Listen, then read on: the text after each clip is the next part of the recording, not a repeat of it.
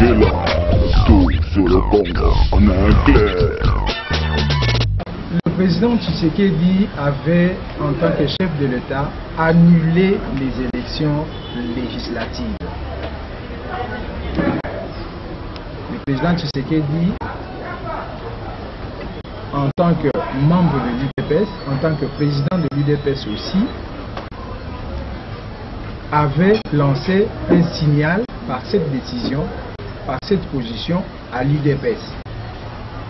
Et chaque organisation, Tshisekedi n'est pas le président de la République de l'UDPS, il est le président de la République démocratique du Congo. Il a annulé les élections législatives. Et chaque parti politique devait en tirer toutes les conséquences qui s'imposent. Donc il ne s'agit pas d'une autocratie à l'UDPS, ce n'est pas Tshisekedi qui a dicté la décision, qui a dicté à l'UDPS la décision d'exclure Kombo. Les textes de l'UDPS disent que c'est l'organe auquel appartient le concerné qui statue en matière disciplinaire. La présidence du parti, lorsque ce n'est pas le président du parti qui dirige ces réunions, c'est le secrétaire général. C'est en cette qualité que nous avons dirigé cette réunion. C'est au cours de la réunion de la présidence du parti, à laquelle beaucoup d'entre nous étaient absents ou empêchés, comme le président Tshisekedi.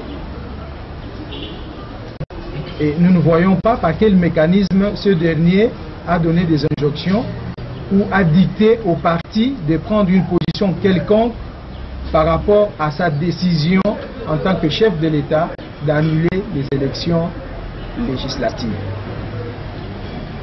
Nous avons pris position sur la présence des nôtres au Palais du Peuple en âme et conscience en tant qu'organe comme nous le dictent nos statuts. Et c'est ainsi que, après avoir pris cette décision d'exclure Kombo et d'exclure par la suite tous ceux qui se comporteraient comme tels, nous en avons informé le chef du parti qui devra maintenant prendre sur le plan juridique la décision proprement dite d'exclusion, parce que à l'UDPS, c'est le chef du parti, c'est le président du parti qui signe les décisions engageant le parti. Voilà un peu comment les choses se sont passées. Donc, c'est la présidence du parti, réunie de manière la plus régulière qui soit, qui a tiré les conséquences de la décision du chef de l'État d'annuler les élections législatives. Dire aujourd'hui que nous devons comprendre, laisser faire nos ex-collègues ou notre ex-collègue Kombo parce que le parti n'a pas donné des moyens. D'abord, c'est faux et archi-faux que le parti n'a pas donné des moyens. Si le parti n'a pas donné assez de moyens et que des candidats ont estimé qu'ils avaient besoin de beaucoup plus, ça c'est leur décision personnelle. Ils ont pris en charge ils ont pris en charge leurs dépenses de campagne par leur propre engagement, par leur propre décision. On ne peut pas leur en vouloir, mais opposer cela au parti, comme mon collègue vient de me souffler tout à l'heure, ça devient un business, ça passe pas. C'est pas un business, c'est pas du business. C'est une activité politique. Nous n'allons pas entrer dans ce Parlement tout simplement pour nous faire rembourser nos frais de campagne. Aujourd'hui, nous avons des collègues qui étaient avec nous au parti, qui n'ont pas tiré les conséquences de la décision du chef de l'État d'annuler ces élections. Parce que pour nous, à l'UDPS, ces élections, on devra les reprendre, on devra organiser d'autres élections, mais ils préfèrent suivre la voie du pouvoir pour aller récupérer leur argent de campagne. Ça, c'est pour nous, on ne fait pas des calculs financiers, à l'UDPS, c'est inacceptable.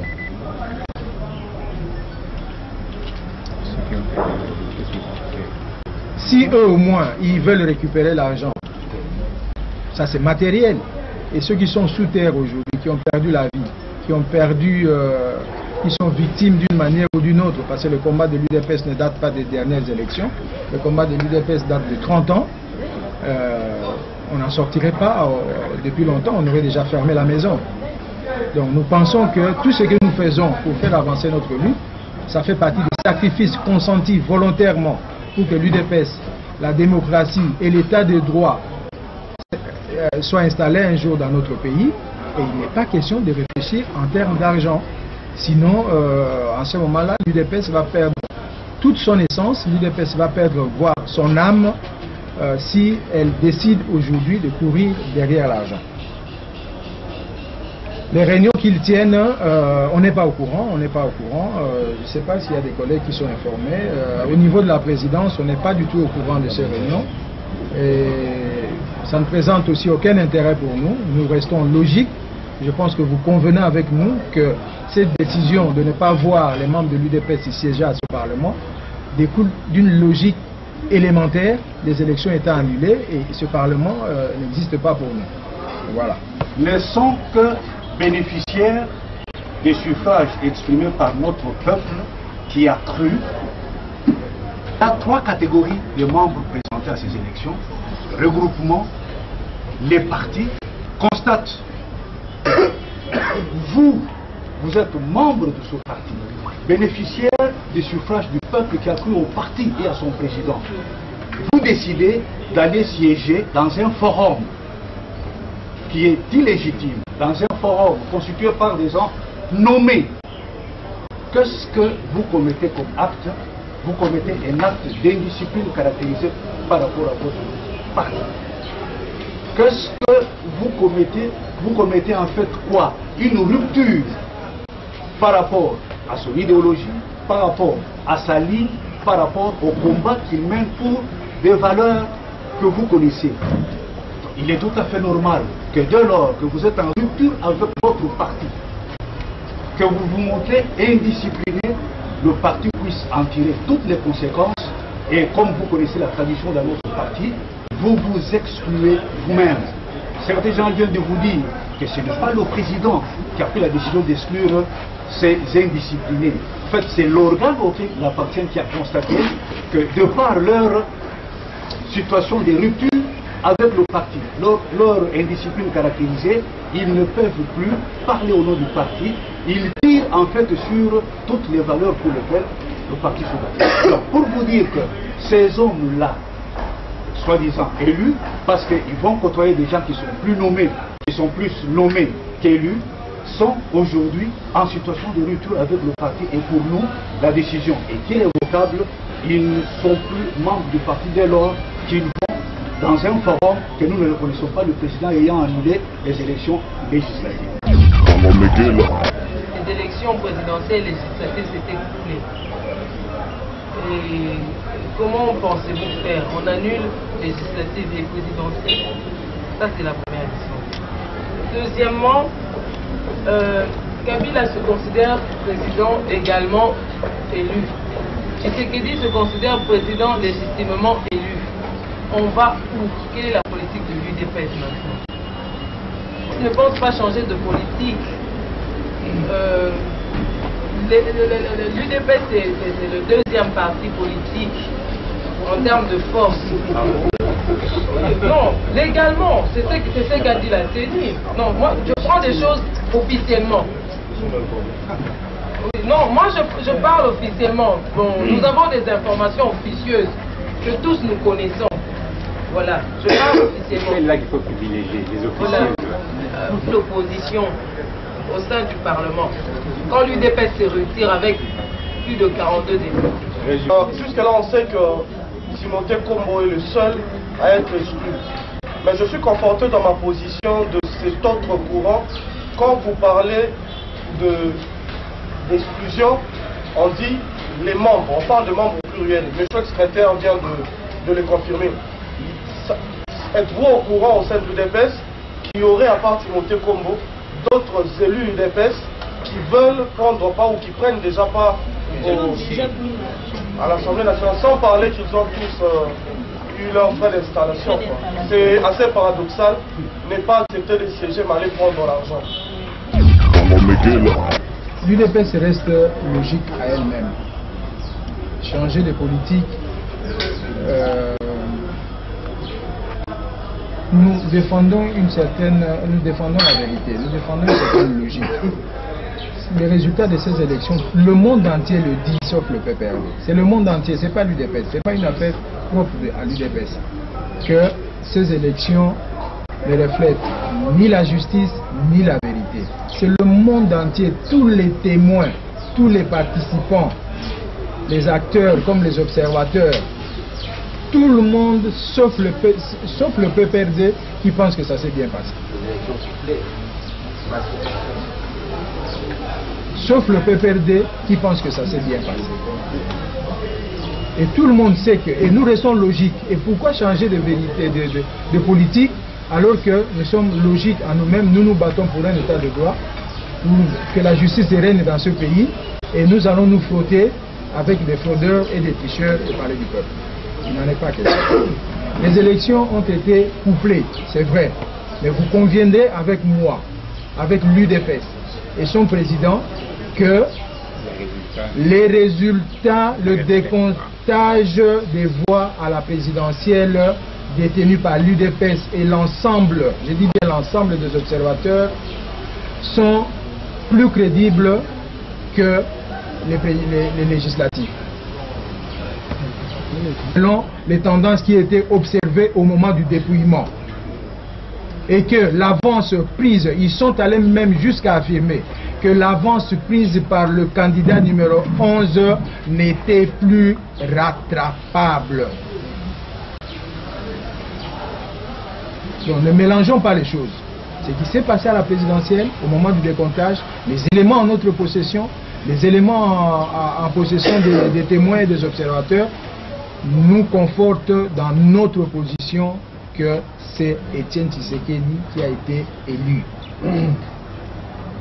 Mais malheureusement, il s'en est suivi une cacophonie compte tenu du nombre de candidats. Il ne faut pas comparer 2 candidats ou 11 candidats, si on doit compter tout le monde, à 18 000 candidats. Il y a un fossé. La cacophonie au niveau des législatives était telle que personne ne pouvait plus se retrouver. C'est la raison pour laquelle M. Tshisekedi a annulé ces élections. Kombo a été exclu en flagrance. Pour flagrance. Et les dossiers sont en cours pour les autres. Il y a un travail qui est en train d'être fait. Et comme nous l'avons dit, et comme nous ne cessons de répéter, ceux qui seront sur la même voie, et la liste n'est pas encore prête à être clôturée aujourd'hui pour que nous vous donnions des noms, ces gens-là, selon les organes auxquels ils appartiennent, ils subiront le même sort.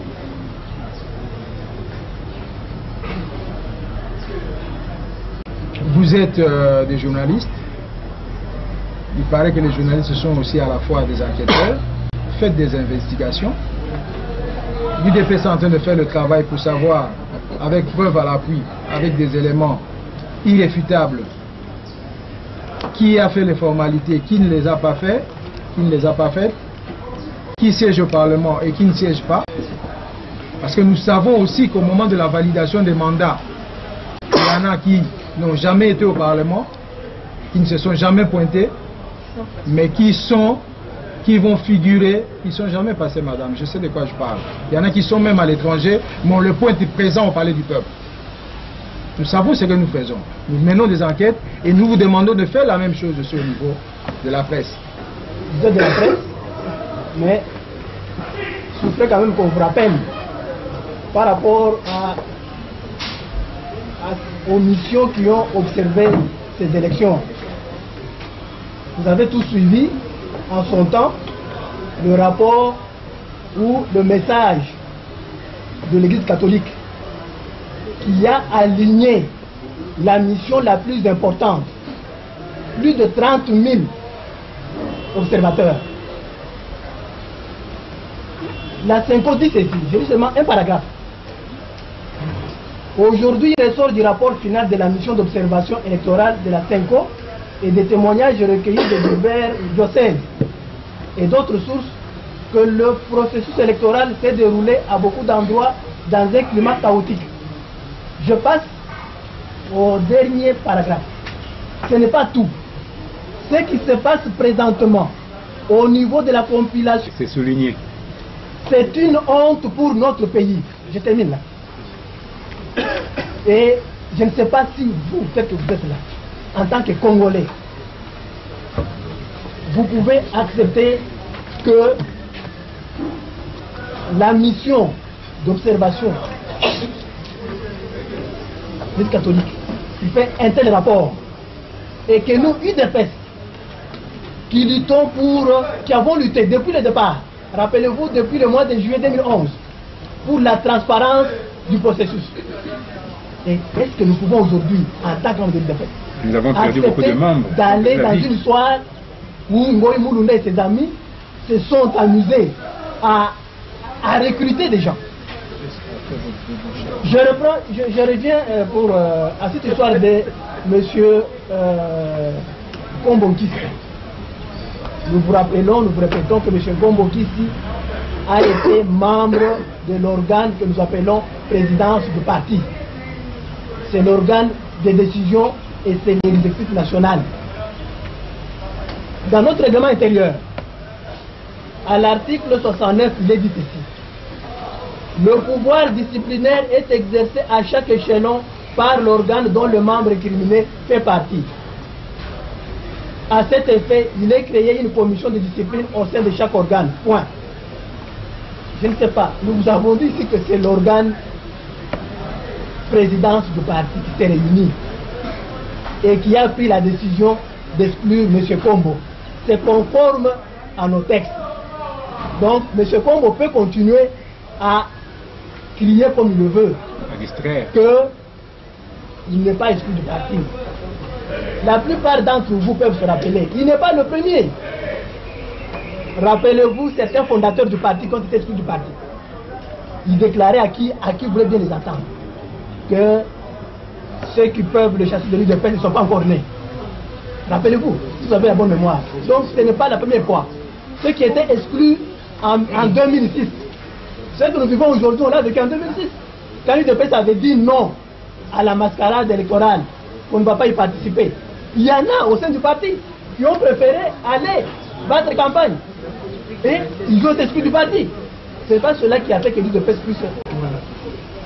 Donc je voulais simplement vous rappeler cela pour que vous compreniez que vous, de la presse, commencez par vous imprégner des textes du parti. Comme ça, vous allez, quand ces gens-là vous racontent n'importe quoi, vous les brandissez des parti. Et je vous ai rappelé, nous l'avons tous lu. La première phrase dans ce rapport, la toute première, dit clairement que les résultats des législatives et des présidentielles ne sont pas crédibles. À chacun d'en tirer les conclusions. Donc, c'est un peu cela la situation. Et aujourd'hui, nous demander par exemple d'appeler les amis qui soutiendraient ceci, je crois que c'est une démonstration que nous ne sommes pas prêts à faire. Vous êtes de la presse et je crois que la presse congolaise est très florissante. Elle est aussi une presse d'investigation. Il faut y aller. Il faut faire cette enquête-là et nous dire voilà ce qui se passe. Vous pouvez aussi nous informer. Nous écoutons chaque fois la radio comme vous nous voyez là et la télévision et nous apprenons de là. Presque à la fin, sinon à la fin, nous vous rappelons que M. Chabani, secrétaire général de l'UDPS, a porté plainte contre les responsables de la NER et de la DGM pour arrestation arbitraire, enlèvement, détention illégale, coups et blessures volontaires et tentative d'assassinat. Et c'était vraiment l'objet principal de cette réunion, de cette communication. Nous allons vous distribuer, les amis de la communication vont vous distribuer la déclaration, la communication que nous avons faite, ainsi que les deux correspondances adressées d'abord par l'avocat du secrétaire général, les avocats du secrétaire général de l'UDPS pour solliciter la restitution des biens saisis par la NER, et comme ça n'a pas été le cas, il a introduit une plainte. Les deux documents ainsi que la déclaration vous seront distribués. Merci beaucoup. Tout sur le Congo en anglais.